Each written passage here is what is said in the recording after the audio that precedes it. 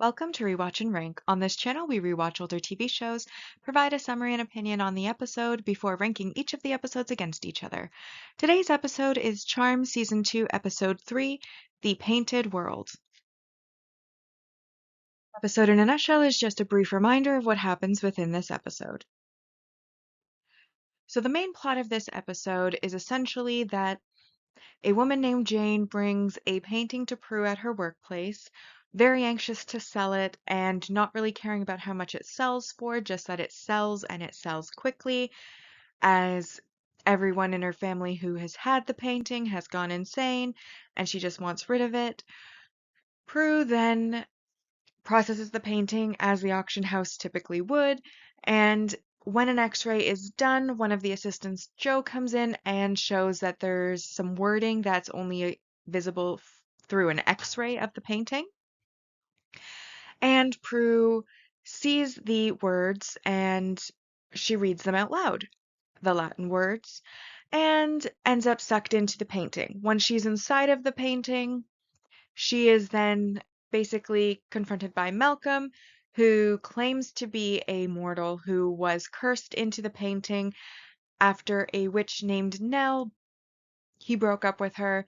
She was hurt about him breaking up with her and decided to curse him into the painting for all eternity as a punishment for breaking up with her.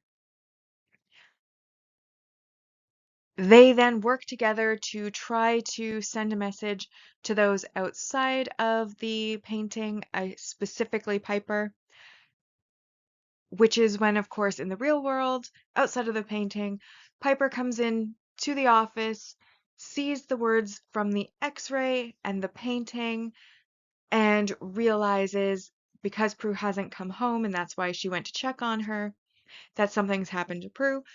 She freezes Joe, who's about to take the painting to the vault, and she takes the x-ray and the painting and brings them to the manor. Once she's at the manor, she says the words and yells out to Phoebe, who's there, who sees her being sucked into the painting, and then has to try to come up with a way to get them out. Once inside the painting, Piper and Prue kind of put up with Malcolm bad-mouthing them about being women and witches, and he doesn't like witches because of Nell, and he didn't think he'd be saved by a woman because he's from a different time period, 70 years previous. And, he's not expecting much from them. They use their powers to write Nell on the window to give Phoebe a hint.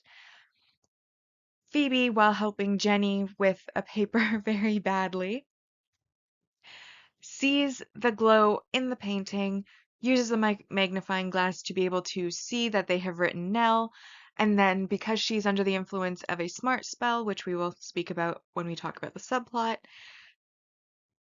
is able to find Nell in the Book of Shadows and discovers that Nell was a witch who actually trapped a warlock in a painting using the spell that only his power of X-ray vision would be able to see in order to, again, punish him, not because of a breakup, but because he is an evil warlock.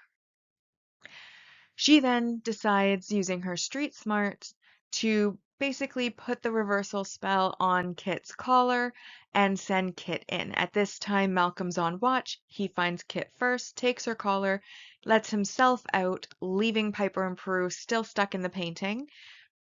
And once he is out of the painting, he reunites with Jane, who was the woman who brought the painting, which turns out to also be a warlock, and his lover that's been looking for 70 years for the Charmed Ones.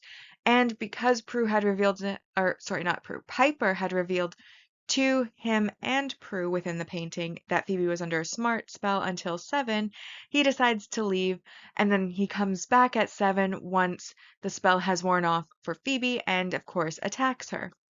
Phoebe may not be super book smart at this point, but she is very street smart. So she decides to say the spell that brings both him and Jane and herself back into the painting, pick his pocket, taking Kit the cat's collar, and then they gather Kit, who's inside, as well as her sisters, and they all say the spell that gets them out of the painting, which is a good thing because before Phoebe was able to say the spell, Jane had set the painting on fire with a flame from her finger.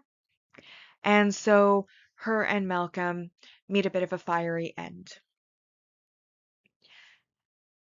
And as mentioned, there are a couple of side plots as well. So the first side plot is that Phoebe had gotten into an accident in Prue's car. She backed up into a pole, and this causes $1,200 worth of damage, estimated by the body shop, and she feels really bad about this, starts feeling bad about herself and her intelligence level because she considers it a stupid thing that she did to back into a pole. Only stupid people would do that. Her words, not mine. And basically, she wants to get a job, and she happens to have heard back from a potential employer. And so she wants to be able to get that job in order to pay Prue back.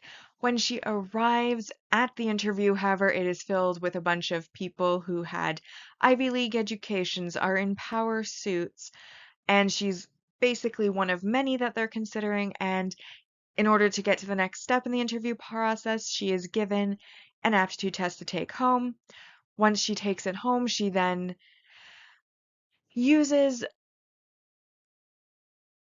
Okay, so once she gets it home, Piper, of course, and she basically does it. What am I thinking? One moment. I'm not certain of the order of things, but I think she comes home. She reveals the fact that she got in an accident to Piper, and I believe Prue as well. And before Prue can even say anything, she goes off on a self-deprecating tirade, and then she goes upstairs, writes her first spell, and casts a smart spell on herself, making a note that it's not for personal gain, as the whole point is to fix Prue's car, which is not for herself. And this spell allows her to basically absorb knowledge from any book that she touches for basically from 7 to 7. And that is what then allows her to complete the aptitude test, to understand Latin when she's looking through the Book of Shadows, and badly help Jenny with her paper. Really, she only did it that badly because of the fact that she had to go through, but in the end, it doesn't matter because it's actually her street smarts that she's always had that end up saving the day once the spell wears off. And then there is a funny moment at the end of the episode when Dan comes over to her and basically talks to her about how she helped Jenny with her paper and how he would prefer Jenny do her own work. And then it shows a picture of a little diagram that Phoebe had drawn that even well, a very young kid wouldn't know the subject matter because it was about the human reproductive system, but basically it was a very badly drawn diagram and there was no wording or anything like that, which of course is rather embarrassing for her. The second side plot that we have, of course, is that Piper's club is set to open soon, but there are some code violations, and because the neighbor Dan works in construction, she goes to him to ask a favor of whether he can look at it and if he's going to be able to help her bring it up to code so that they can open. And, well, she doesn't necessarily flirt with him, though Phoebe keeps hinting that there are feelings there, that Dan has feelings for her, and that she has feelings for Dan throughout the episode. But in the end, he agrees to help her, and of course, at the end of the episode, he then talks to Phoebe about the other, and when he goes over to talk to Phoebe about the paper, she assumes he wants to talk about Piper. But Piper herself doesn't really flirt with him too much in this episode. And that is what happened within the Painted World. So now that we have rewatched the episode, we're going to rank the episode on our two lists. We rank on a mostly objective list, which is absent emotion, but bias and judgment can still apply. And then the personal list, which is purely opinion based, and it's my opinion it's based on. So I always start with our mostly objective rank values, and in this episode there were a few that applied. The first one is a single episode supporting character introduction where we get Malcolm and his lover Jane, which are worth 1 point each.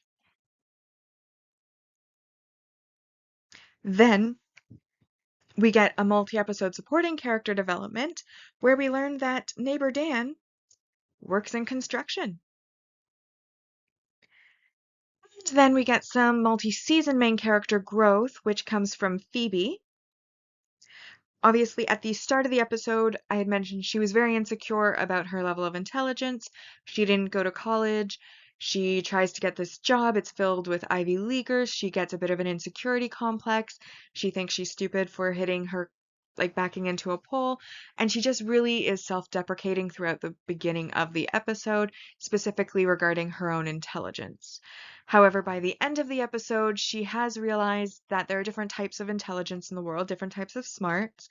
And while she may not be the most book smart individual out there, she definitely has the street smarts. And based on previous episodes, I would say she's also very emotionally intelligent because we get therapist Phoebe on several occasions giving sound advice to her sisters when they're going through something. So she's obviously very street smart, very emotionally intelligent. She may not be book smart, but that doesn't make her unsmart.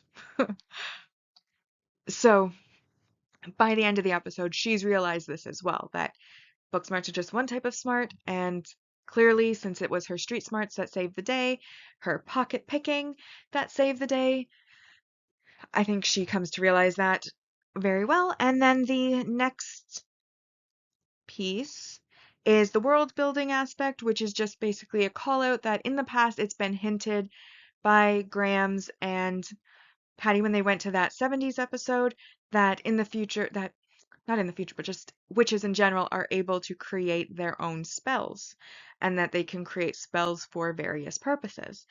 This is the first time where we've actively seen Phoebe. Oh, and then another sidetrack.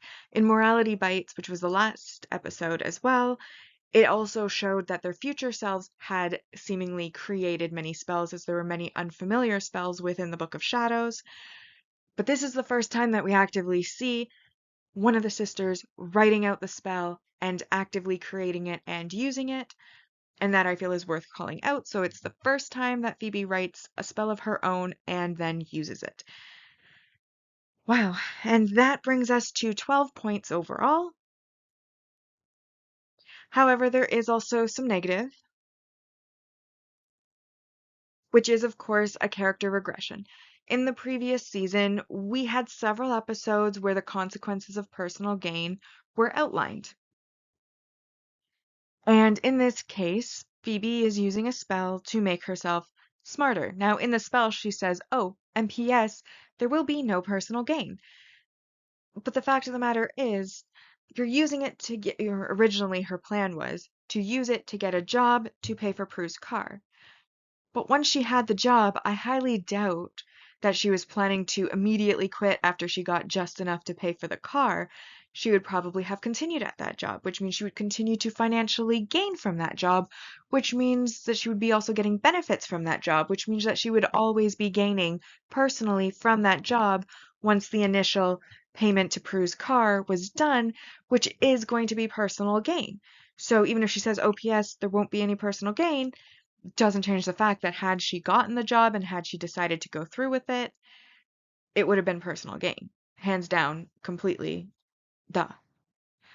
So she knows better.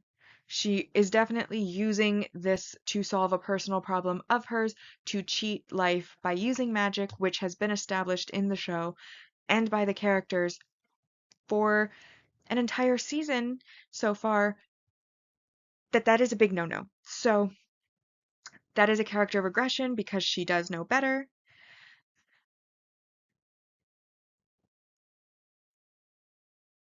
And then ultimately I decided to leave it off, but I do want to honorably mention that at this point, Piper has not broken up with Leo. They are still seemingly a couple.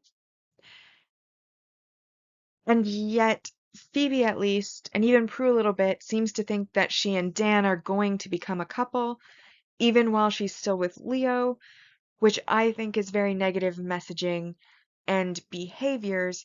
However, the reason I decided to leave it off is that Piper herself in this episode has not yet shown that type of behavior. she hasn't shown it. It was her sisters who were hinting and saying these things, which of course as rewatchers we know they do become a couple at a certain point. But at this point in time, when she is still with Leo, at least in this episode, Piper herself did not say anything, so I did not count that. But I do want to honorably mention it in case anybody else thought that that should apply. Now you know why it didn't. And anyway, with all of that being said, the character regression is only a -1, so that still leaves us over 10, and 10 is the maximum score, meaning that the mostly objective rank for this episode is a 10 out of 10. So as a reminder of our mostly objective ranking so far, in first place we have Witch Trial. This episode comes in second, The Painted World, and then in third place so far, Morality Bites. So as for my personal ranking, I think a lot of my opinions were outlined pretty well by the objective rankings. As I mentioned with Piper and Dan, I know that they do become a couple. In this season, I know that that coupleship lasts, not coupleship, the relationship lasts for several episodes. So I know that they are going to be a couple. However, I also know that the end game is Leo and that Leo will also play a part throughout the season with regards to a relationship as well, because I know the future. So that being said, I didn't put anything about the relationship in the mostly objective ranking values for this episode because Piper herself and Dan himself have not really acknowledged that they have feelings for each other at this point. It's, like I said, more Prue and especially Phoebe who have been pointing out that Piper has a crush on Dan and Dan might like her back, somehow forgetting that Leo exists and was just in the last episode and married in the future and all of that other things, especially since Piper and Leo in the last episode, Morality Bites, had decided that they were going to work on it, work on their scheduling issues, so on and so forth. So I'm just a little bit confused about why Phoebe is so hinty about her and Dan. And that brings me to kind of my conundrum. Doesn't necessarily apply to this episode, but it probably will to others. I'm debating with myself whether Dan would be considered a supporting relationship or a main relationship. On the one hand, it is over the course of multiple episodes, and it does have an impact on Piper. It is one of the more memorable relationships. But Leo is her end game. We know that, and he's also involved throughout that heavily.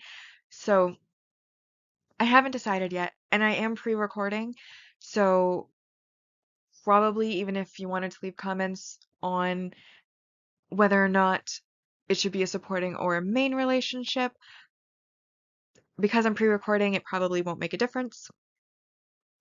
But you can tell me in the comments whether or not you think you would agree with whether or not, like with my final decision on whether he should be supporting or main. Right now, I'm leaning more towards supporting just because I know Leo is her main relationship and her end game for the entire series. And Dan is kind of more of a blip, but even though he's a blip for like an entire season. So I'm very torn. And I just want to basically let you in on my thought process so that when I do make a decision, you'll know why I made it. But now that I've talked about it and I'm thinking about it, it lasts for most of a season. I feel like Andy and Prue I considered a main relationship and they only lasted like half a season. So, you know what? I have talked myself into it. I'm going to consider them a main relationship going forward because we know that they will be. And like I said, it wasn't enough in this episode to count towards the actual relationship value on our rank chart. But the reason I'm having this conversation with myself right now is that I know they're going to be a couple in the future, and it has now been hinted at by Phoebe that it's Piper and Dan are most likely to be together. There was a bit of flirting, I think, like Phoebe when she first saw Dan was like, whoa, and she seemed to think he was very good looking, but obviously by this point, it's Piper and Dan that are going to be together, and we know that from being in the future. So it has been brought up in this episode. It's just not come to fruition in this episode. All right, now that I've had that conversation,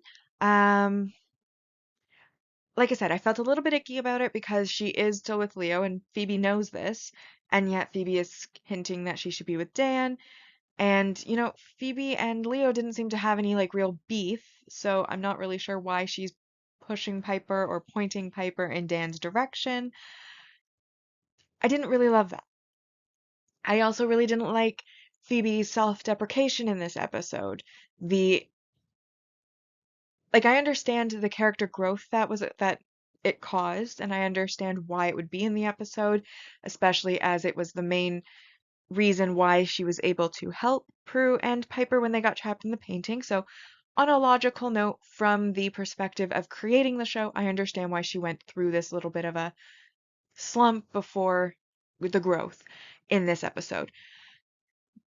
But I didn't really enjoy it, especially since I've never considered Phoebe to be an unintelligent character. I just, like I said, there's many different types of smarts, and she's been very emotionally intelligent in several episodes up to now. And obviously, living in New York when she came back from New York, she's also shown some street smarts throughout the series so far.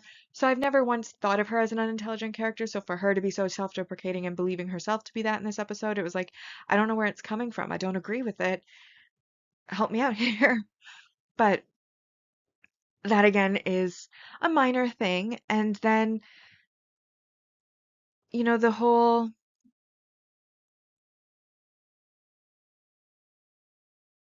thing with Jenny, I'm not a big fan of Jenny as a character. She was very minor in this one, though. So overall, like I said, the main plot was very strong. Both of the subplots kind of were like, I don't like these. I don't enjoy them. They're not for me necessarily. There were some funny moments, of course, throughout it. Like Phoebe had read a book on martial arts, so she was able to hold her own against Malcolm while the spell was in effect, which is why he decided to run until the spell wore off. So, because I'm so torn on it, I feel like I will mark it low, but because I really did like the main plot and the aesthetic of what the inside of the painting looked like, I mean, it had beautiful, like, wooden shelves, it had lush carpets, it had, like, firelight and, like, torches and candlelight. It was a very nice inside of the painting, and my aesthetic sense was, like, really loving it. Overall, main plot counts for more than the subplots. I did like the main plot, so I am giving it a 5 out of 10. I have decided just now. 5 out of 10. That is our personal ranking, and that will bring our personal ranking so far to Witch Trial in first place. Second is The Painted World, and then in third, Morality Bites. Which brings us now to our final segment, which is where we rank the series, and that means each season against each other. Season 1 on our mostly objective ranking ended with 73.18%. And with the season 2, we are building up that score as we go through the season, and with the addition of 10 for this episode, we are now at 28 out of 220. And then on our personal ranking, season 1 ended with 71.50%. And season 2, with the addition of our 5 from this episode, brings us to 15 out of 220 so far. With that, we've now rewatched and ranked Charmed Season 2, Episode 3, The Painted World. Like and subscribe if you'd like to, and I'll see you in the next episode.